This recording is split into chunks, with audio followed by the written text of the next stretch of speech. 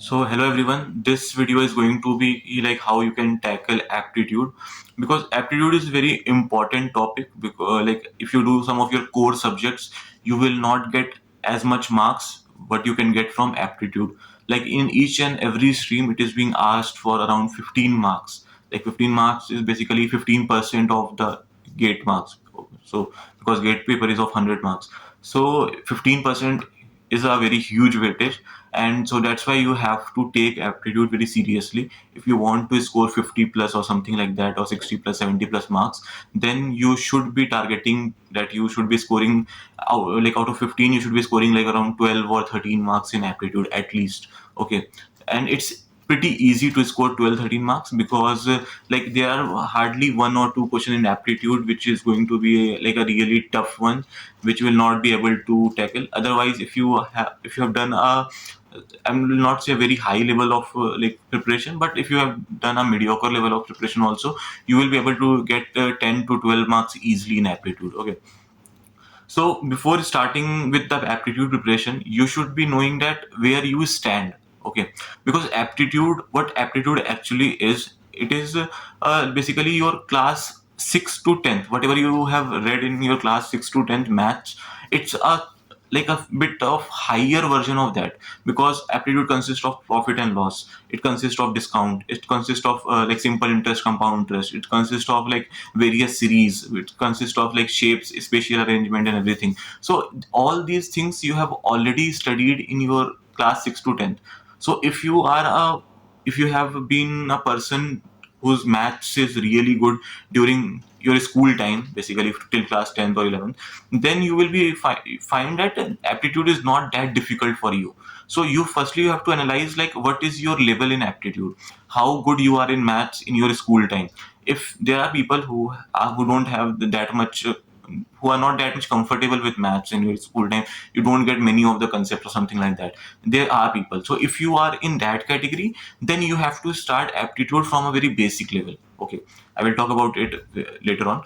And if you are a person who have done like who knows, who are very much comfortable with your maths during your school time, then you are already up to some level, okay, in aptitude. You don't have to start it from very basic things. Okay, you don't have to learn the formula of simple interest. Okay, so you shouldn't be doing that. Okay, you already are at some certain level. You just have to make your level high. Okay, so tackling aptitude for you people will be different, and tackling aptitude for the people who have already been like who are not that much comfortable for with maths is very different. Okay, so I will be talking about both of them.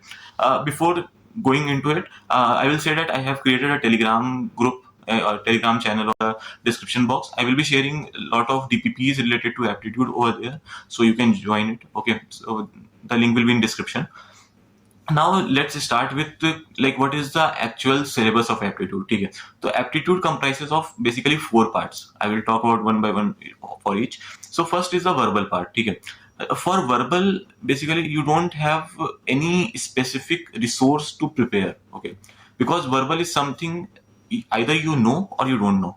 You don't have this much of time to learn about every concepts of verbal. And verbal is something like one or two question will come every year. Okay, it comprises of mostly 2 3 marks every year. So one will be like sort of a fill in the blanks type, and one will be of like if they will be asking synonym, antonym or something like that most of the time. So there are two questions mostly, and it's like either you know it or you don't know it. Okay, you can't prepare it. So the best way of doing verbal will be through test. Okay, give test of aptitude and try to pick up the concept in of the verbal question which come in that particular test. Okay, so I will let you know like what happened with me when it comes to verbal. So like there was just this 2 marks question in this particular gate exam. They have asked a fill in the blanks type question where you have to fill the grammar, like either the word will be work or works, or it is like that. Okay, so what happened with me, like I was giving one this practice test, full and mock test, and I find such type of question in that particular mock test.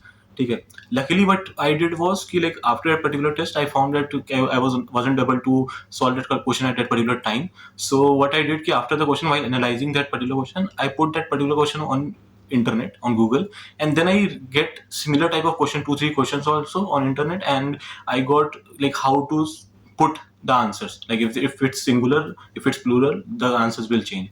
And because of that particular concept, in one of the mock tests, I was able to solve this particular question in my like the final test or the final gate exam, and it comprises of 2 marks. So I got 56 marks as of total this year. Like in chemical engineering, the paper was really tough, so the topper got something around 70 to 73 marks. But that 2 marks is like I wasn't be scoring 23 rank if I wasn't getting that 2 marks. Okay, so or if someone else got that 2 marks, he can improve his rank by a good margin, basically.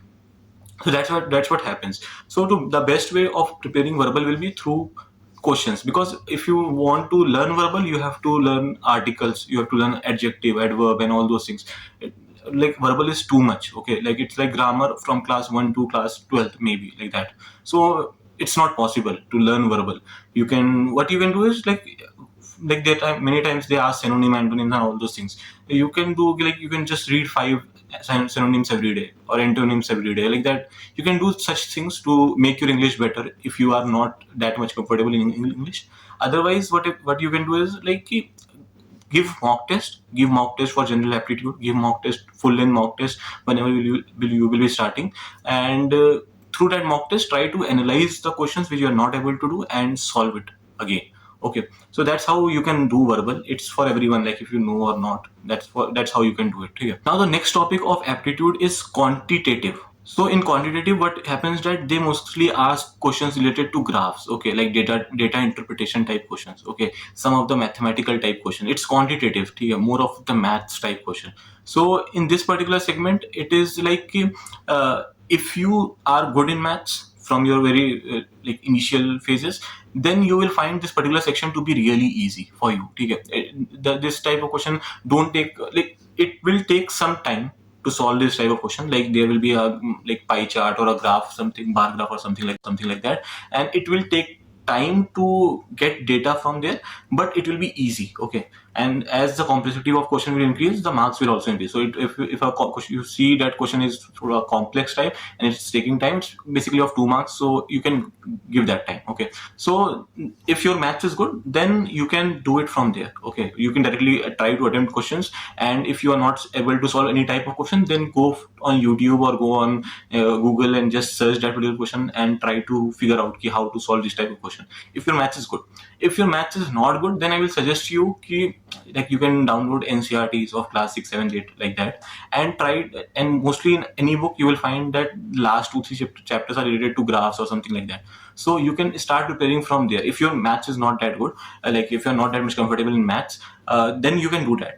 Or the third option is if your aptitude is not good now, like if you think your aptitude is really bad and you don't know anything, like you are not getting anything, then what you can do is it's very simple. Like pick any course. Like if you are a paid subscriber, to in your paid subscription, whatever the teacher is teaching this aptitude thing, just try to do it from A to Z. Okay, you don't have any other option, because if you will try to do it yourself, it will be very much chaotic. Okay, so you will not find the resources properly and all those things.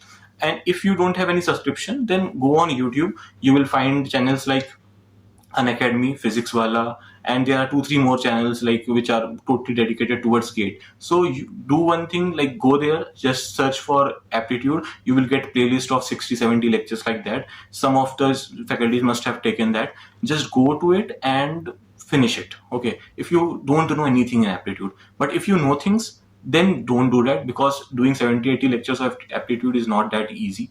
Okay, so don't be like, yeah, okay, I know the things, but I will do it. Don't be such person, because once you know the things, then studying that is very difficult. Okay, you don't know things, you learn it, then it's new for you, it's very easy. But if you don't know things, if you know the things and then you learn it again from someone, then you can, I know this, I can skip this, I can skip that, and like that. So it's not that easy. So if you know the things well, if you know maths aptitude, then don't do the whole course. Okay, and quantitative also comprises of like numerical type question, like for example PNC, permutation and combination, probability, some series type question, and all this. Like these are basic maths. Okay, like it doesn't require a high level of PNC to solve questions in aptitude. Okay, like you used to do if you are prepared for JE, like you find that in JE, like they used to ask very tough questions in PNC probability like that.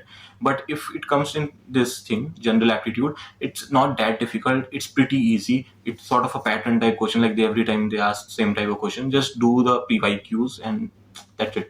Okay, so don't worry about that.